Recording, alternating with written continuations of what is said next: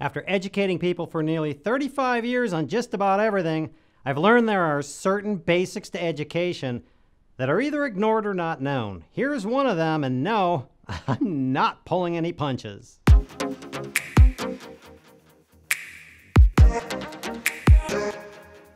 First, let's talk about people who educate, and that includes teachers, professors, instructors, trainers, educators, book writers, mentors, video instructionists, and so on. Whatever you call them, these are people who teach others something. For purposes of this video, we'll call them teachers, and for the people receiving the teaching, students. If you are teaching someone something, your goal is the following: competence, which is defined as the ability to do something successfully or efficiently. In other words, the person being taught can eventually do the thing you are teaching them. It's not, did they get a passing grade? It's not convincing them they're now smarter. It's not, they can now recite everything back to you word for word from memory, or a million other ideas that are used to hide the fact that either a student can do the thing being taught or they can't. If they can do the thing you are teaching them, you've done your job. If they can't, you aren't. It's not the student who failed, it's the teacher who failed. Note, I didn't say that makes a teacher bad or incompetent or anything else that may have pissed you off when I said that. So if you do teach, step away from the cliff and take responsibility for the fact that if the people you are teaching can't do the thing you are teaching them, you fail them and yourself. No matter what BS you feed yourself or get fed from others, if the student can't do the thing you are teaching them, you failed in some way. And if you did, it's because you didn't know that out of all the things you do, that's your job. As far as teachers go, let's quit blaming the students, the curriculum, the government, or anyone else for that matter for your failures. The minute you blame someone else for anything, you've lost whatever power you have to make something go right and handed it over to them. They now own you. Mark that down in your book of don't ever forget this, no matter who you are.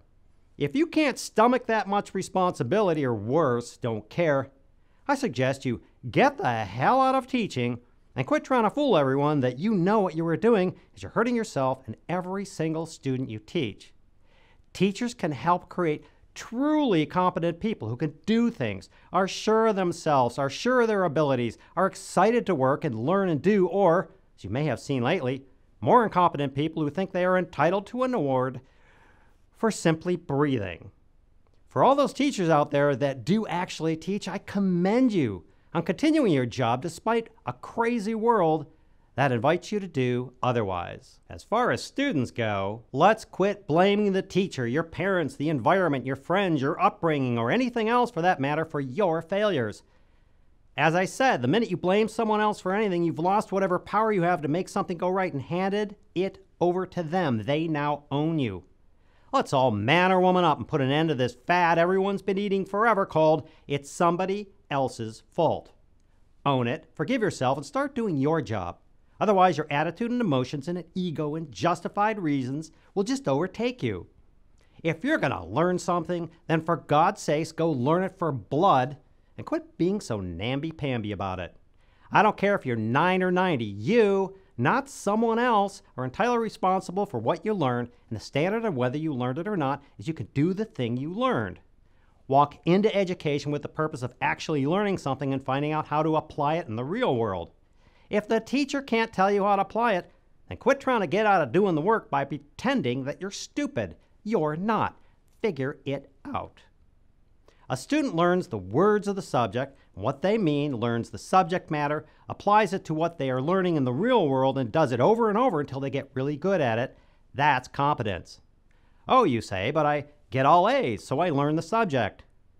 Do you mean you have stuck a bunch of information in your head and are able to regurgitate it back out onto a test paper? That kind of A? Screw the grade.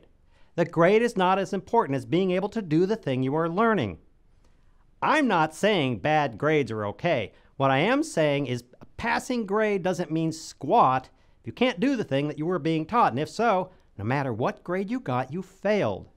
The responsibility for learning something and making sure that you can do the thing being learned is entirely on you, the student, the person learning something. There's a stupid fad going around that Nobody should judge anyone for anything, and if you've bought into that, well, buy yourself out. People are going to judge you because you think it's fun to play this latest game taking the world by storm called The Joy of Irresponsibility. People are going to judge you when you want a job, want to go to college, need a raise, want a loan for a car, a new apartment, a bigger allowance, a house loan, whether to advance you in your career, and whether you can be trusted. The people who eventually get the jobs and the money are the people willing to do the work, can do the things they've been taught, and are able to learn and do the things they will be taught in the future. In other words, you will be judged on your ability to do something successfully or efficiently, your ability to learn and do the things you've been taught, your competence. The responsibility for teaching others is huge. It lies in rolling up your sleeves and never giving up until the student you are teaching can actually do the thing being taught. The responsibility for being a student is huge. It lies in rolling up your sleeves and never giving up until you can actually do the thing being taught. Force, threats, punishment, duress, drugs, excuses, justifications, finger pointing, it's all their fault, and a million other things have not and will not ever work and do not belong in education. What does work is both student and teacher getting on the same page, sharing 100% of the responsibility for learning the subject matter being taught, and insistence on knowing why and how is it applied in the real world, and applying it until the student can do the thing being taught. That applies to math, language, economics, yoga, washing dishes, mowing lawns, fishing, cleaning, driving, language, painting, art, photography, skateboarding, music, walking, running, cooking, cake baking, videos, YouTube channels, filmmaking, and any subject you can think of.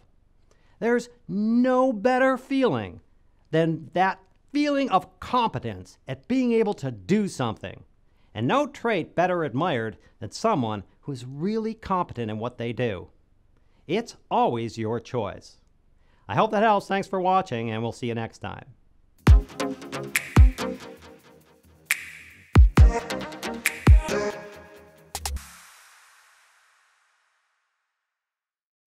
It occurred to me recently that there are a few people in the world that think smashing that dislike button does this. Ow! Ouch! Stop, that hurts. Ow! Stop! Ow! Please, no more. Ow!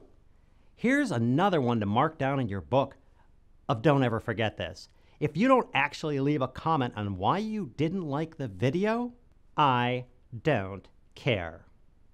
Ow!